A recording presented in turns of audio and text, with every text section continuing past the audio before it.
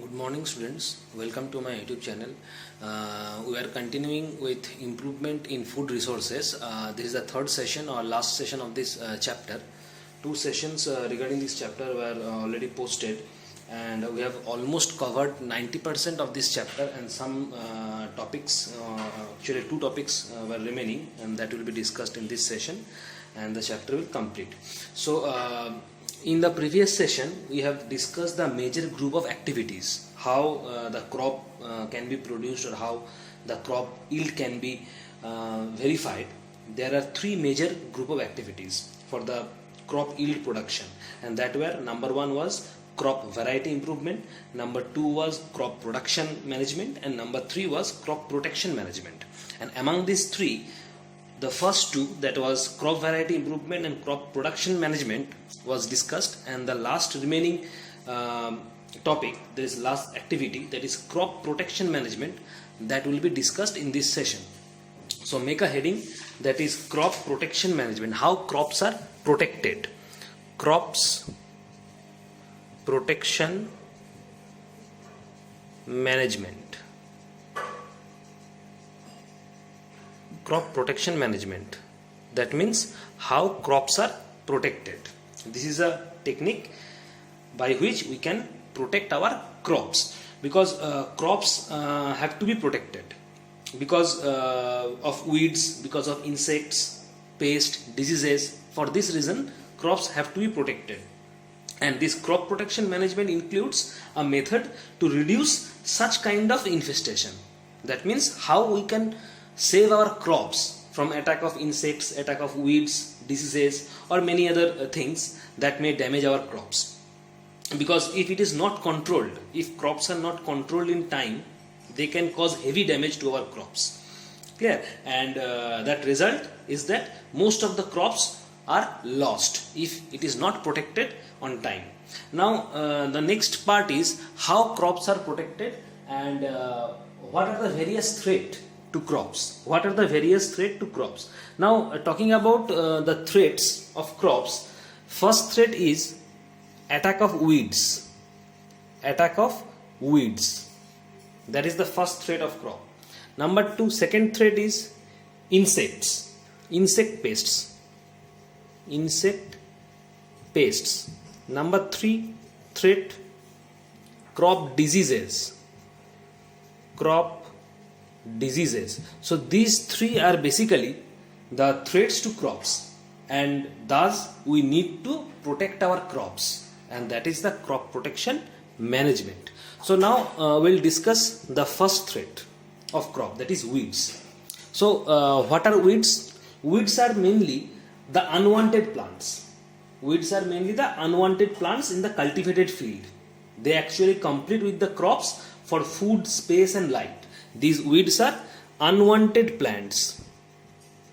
These weeds are unwanted plants. They grow nearby in the cultivated field, and they compete with the crops for food, space, and light. These weeds take up the nutrients and reduce the growth of crop. Therefore, these unwanted plants and weeds are to be removed during the early stages of their growth in order to obtain the better result, or in order to obtain the better harvest, because these are unwanted plants and they compete with the crops for food, for space, for light. Therefore they need to be removed, because if they do so, the crops will get hampered. That's why they have to be removed. Now what are the examples of weeds? What are the examples of weeds? There are various examples of weeds, like xanthium. This is a one type of weed. Xanthium, this is a one type of weed. Its common name is gokhro,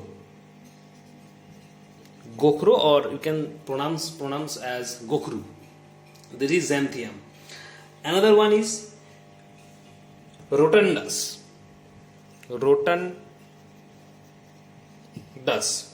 Its common name is montha. Clear? So these are the example of two weeds. Various examples are there, but just you remember these two examples, that is enough for the example of weeds. So these are unwanted plants. Now the question is, what are the methods that by which we can control the production of weeds? Because weeds are dangerous for crop production. So first method by which we can control the production of the production of weeds, or we can remove these unwanted plants. Number one method is mechanical method.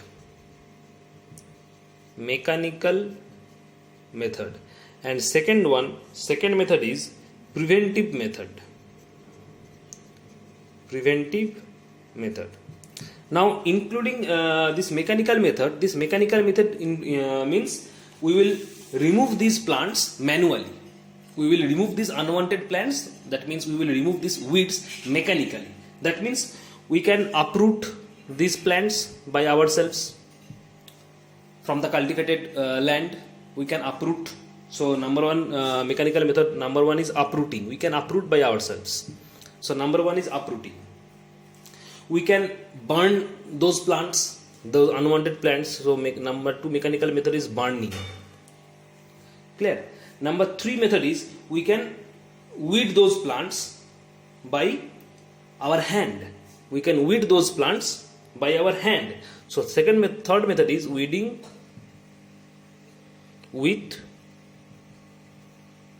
hand. So these three methods comes under mechanical method, and that will be done by ourselves. So number one mechanical method. Number two preventive method. Now preventive method means we will timely sow the crops, timely sowing of crops. That is before the weeds can grow, we will crop, or before the weeds can grow, we will row or we will sow those plants. Clear? That is the preventive method. Number one preventive method, that is we will timely sow the crops. That means timely sowing of crops. Timely sowing of crops. That comes under preventive method. Second one is intercropping.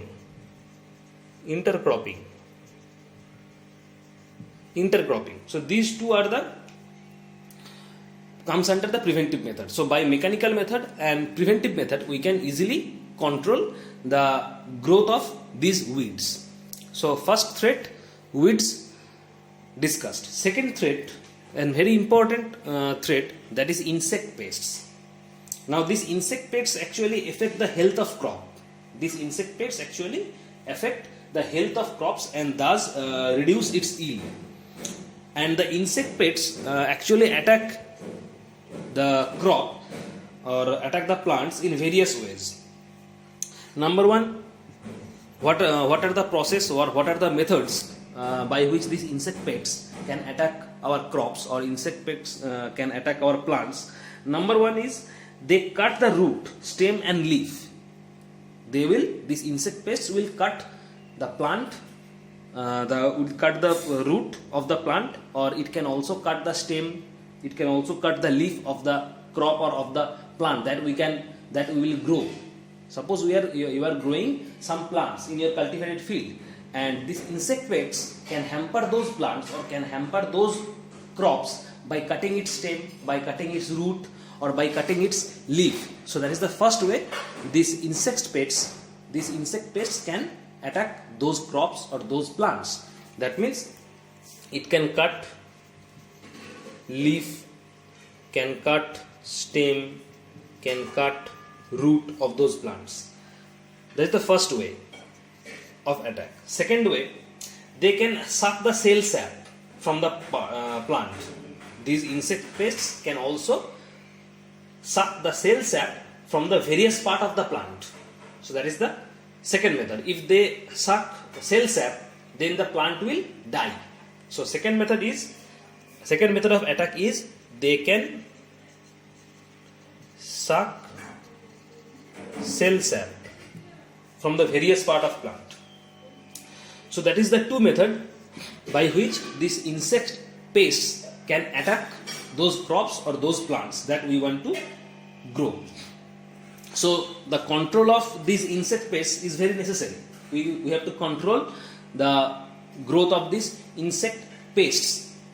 If we cannot control, these insect pests can hamper the plants, or these insect pests can reduce the yield. Therefore, these insect pests need to be controlled. So, how can we control this production of insect pests?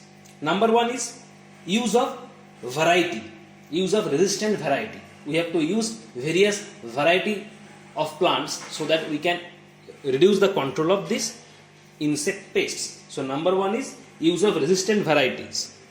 Use of resistant varieties. That is the first method of controlling insect pests.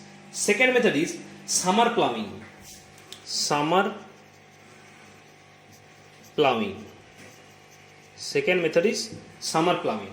In this method, fields are plowed deep during summers to destroy these pests. In this method, in this summer planning method, during summer, the fields are plowed deep to destroy these insect pests. So this is the two method by which we can control the growth of these insect pests. So that is the second threat of crops. Number third, crop diseases.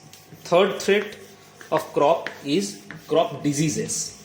So now diseases in plants are caused mainly by pathogens. Diseases in plants or diseases in crops mainly caused by pathogens. Pathogens means microorganisms.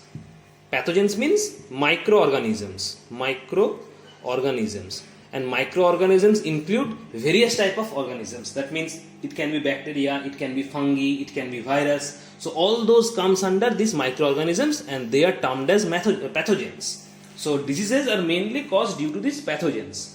These pathogens are present in and they transmitted through the soil, through water, through air in plants. So there are these pathogens can be transmitted by soil, water and air through plants. And if they are transferred or if they are transmitted, it can destroy our crops or it can destroy our plants. So these crop diseases can be controlled by use of pesticides. By use of pesticides, we can control these crop diseases by the use of pesticides. Now pesticides, what are pesticides? Pesticides are the chemicals by which we can control crop diseases. Actually these pesticides termed as the medicine of crops. Pesticides are termed as medicine of crops because with the use of pesticides we can control crop diseases. So crop diseases are controlled mainly by pesticides and there is numerous pesticides available in the market. There are numerous pesticides available in the market. This includes mainly of herbicides. These actually are applied in case of small plants. Herbicides. Next, insecticides. This is used in case of insects. Fungicides. These are used if there is fungi. If the disease is mainly caused by fungi, so fungicides therefore is used. So pesticides are three types mainly: herbicides, insecticides and fungicides.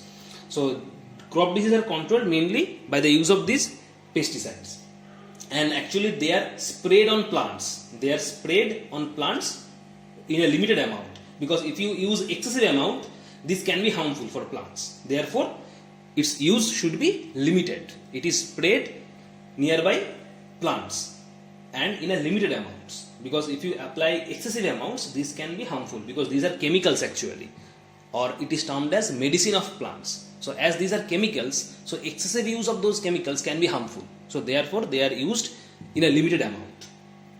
Clear? But it has also dark side. This use of pesticide has also dark side, because excessive use of pesticide should not be allowed.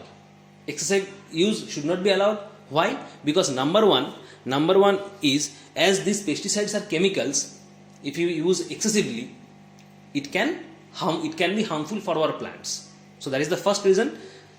Second reason is it causes environmental pollution, because it is a chemical. Therefore apply excessively to plants, it causes environmental pollution. So that is the second reason you should not apply these pesticides excessively. Clear?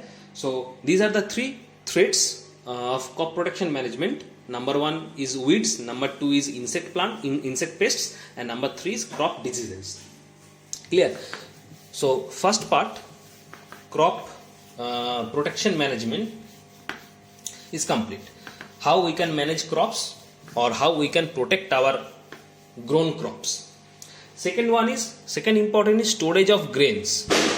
Storage of grains. Now the grains we produced, they need to be stored. Now during the storage of grains,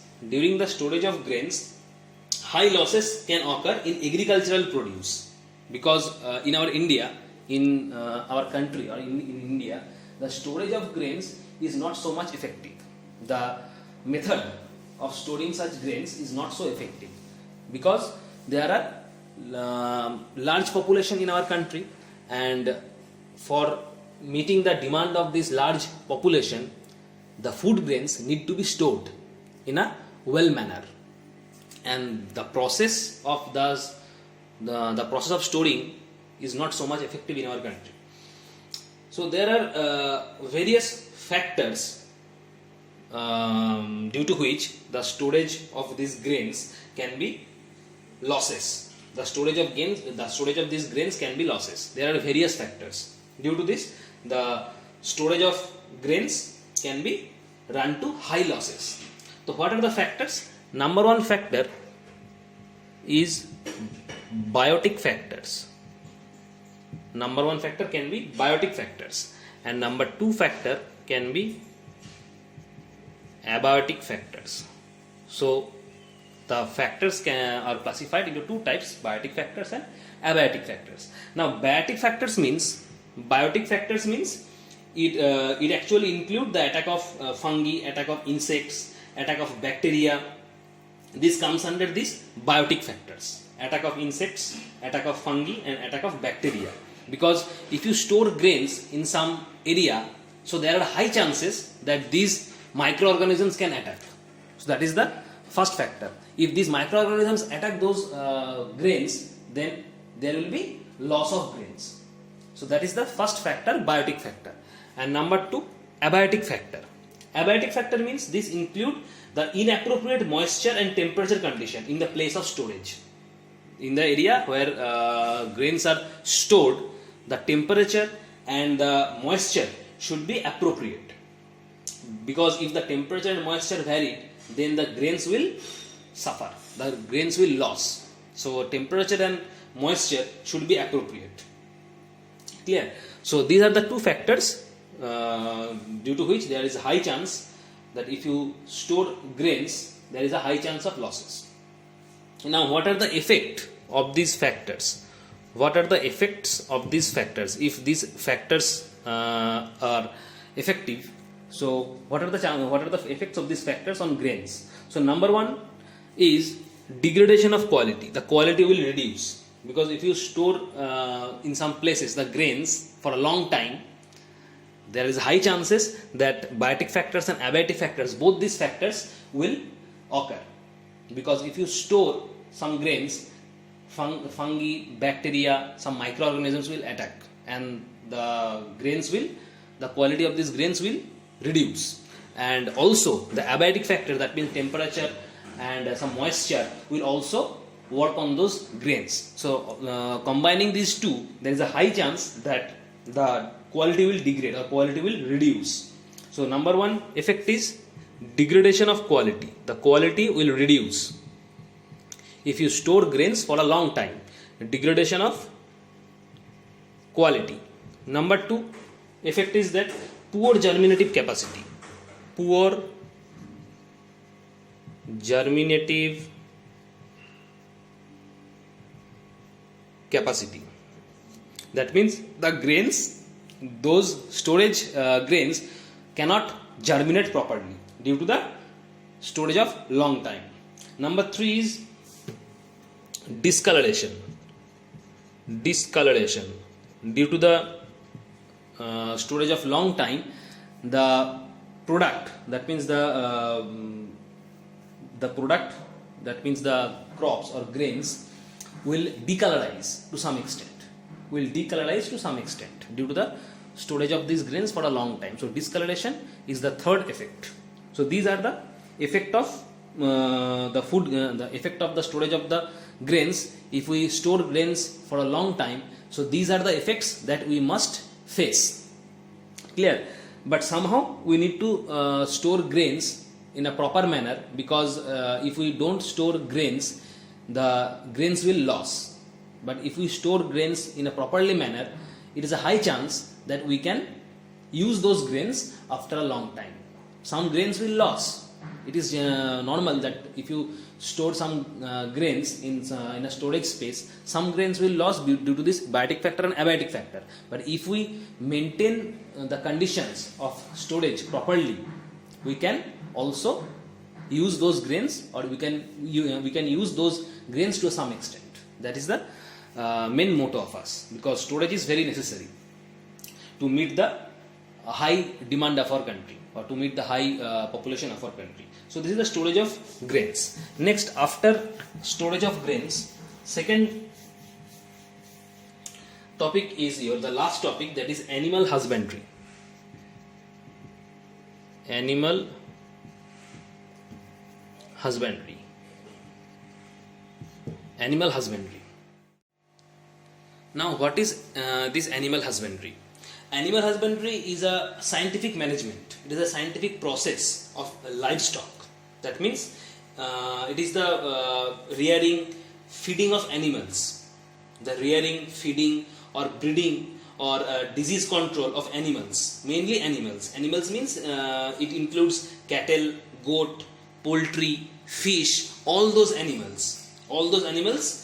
The practice of feeding, the practice of breeding, disease control, and also utilization of those animals. That is the animal husbandry. It is the scientific management. It is the mainly the scientific management of livestock. Scientific management of livestock. That means it is a science of rearing, feeding, breeding, disease control, and utilization of animals. Animals means cattle, goat, sheep, poultry, fish, all those animals. That is the animal husbandry. Clear? Because all those animals should be properly well maintained, because from those animals we can have meat, we can have milk. Clear? So those animals are to be properly maintained. That is the animal husbandry. So now, what is the need, what is the main cause, or what is the main need of this animal husbandry? Number one need of this animal husbandry is that it is required to meet the increasing demand of animal based goods. Animal based goods means meat, milk, egg, leather, all those products comes from animals. So these products have demand in our country. So to meet these increasing demands of animal based goods, these animals have to be properly maintained. That is the first need or first cause of this animal husbandry. Second cause is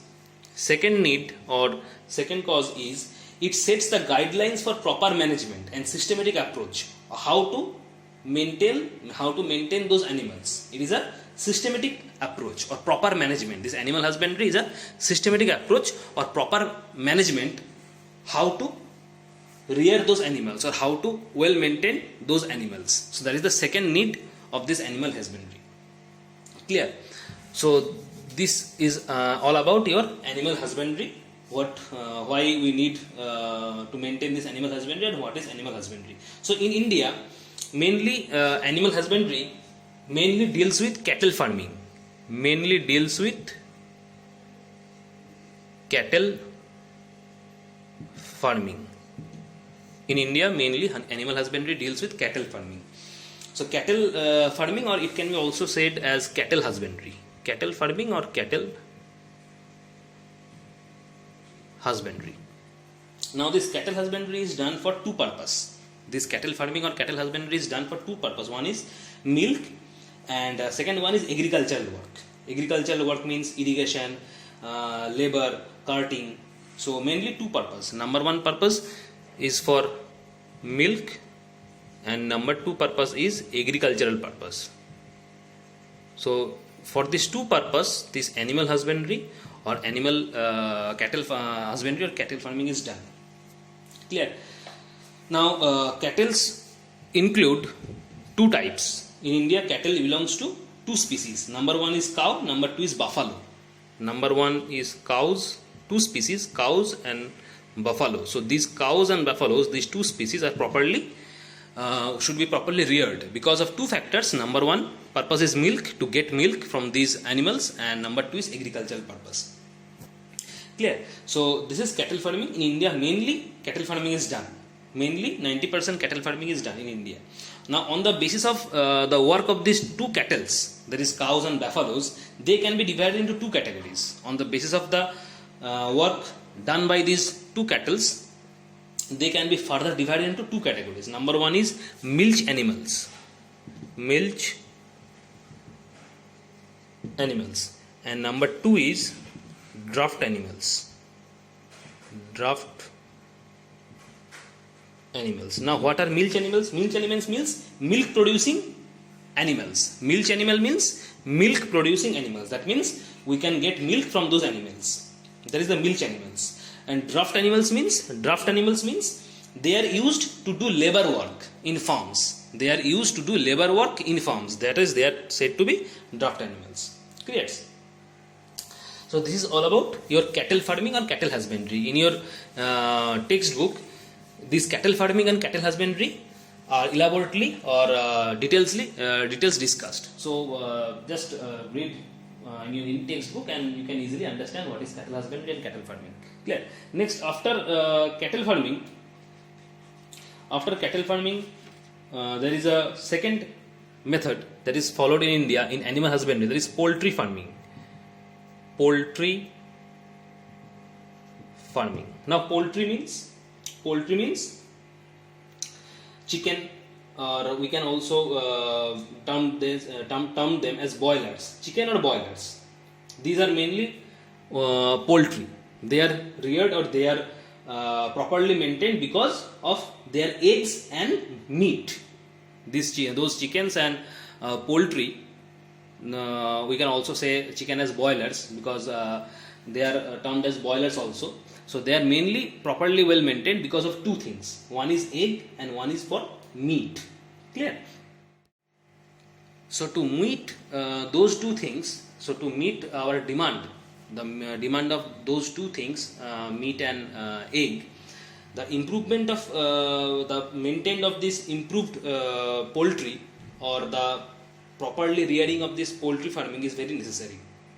Now this improvement of poultry breeds is mainly the cross breeding. The improvement of this poultry breeds, how we can improve this poultry farming, is mainly done by cross breeding. Cross breeding. The improvement of this poultry farming is mainly done by cross breeding. Mainly cross breeding of Indian breed or Indian brand with some foreign brand or foreign breed. Some foreign brand or foreign breed. These two species are crossed. They are termed as cross breeding for the better production of this poultry. So this is poultry breeding, and this cross breeding is mainly done because of this quality of the chicken. The quality of the chicken will improve a lot if cross breeding is done between two species of boilers or two species of chicken. Number one, quality is highly standard.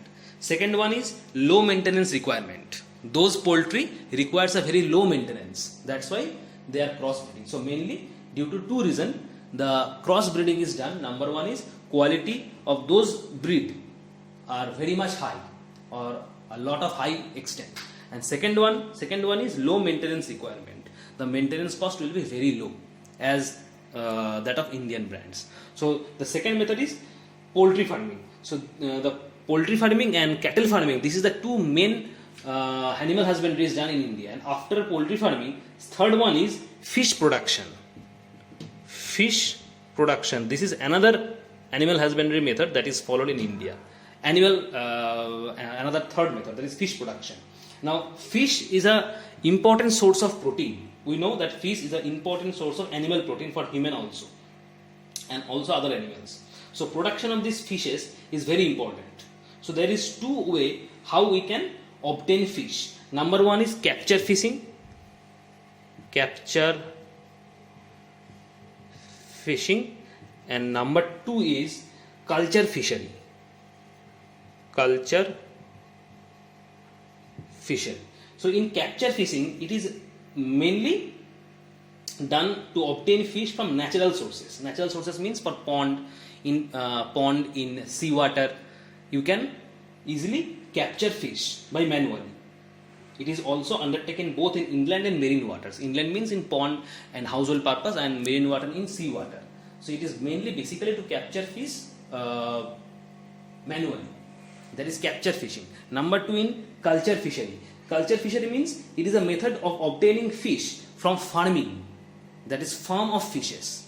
It is mainly a method of obtaining fish from fish farming. Fish farming means farming of fishes, which is a special name. The name is pisciculture. Pisciculture. Pisciculture. It is actually the fish farming process where fish is obtained.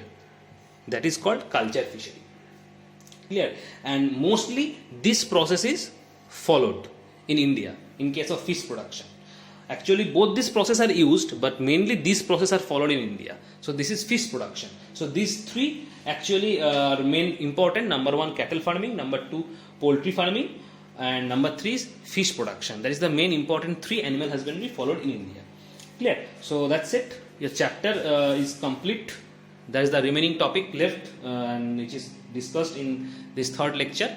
Just open your textbook and read this topic in details, and you will easily understand what is all those about. Clear? So this chapter is complete. The question answer will be provided in the next session, and we will discuss the new chapter from the next day. Clear? Thank you.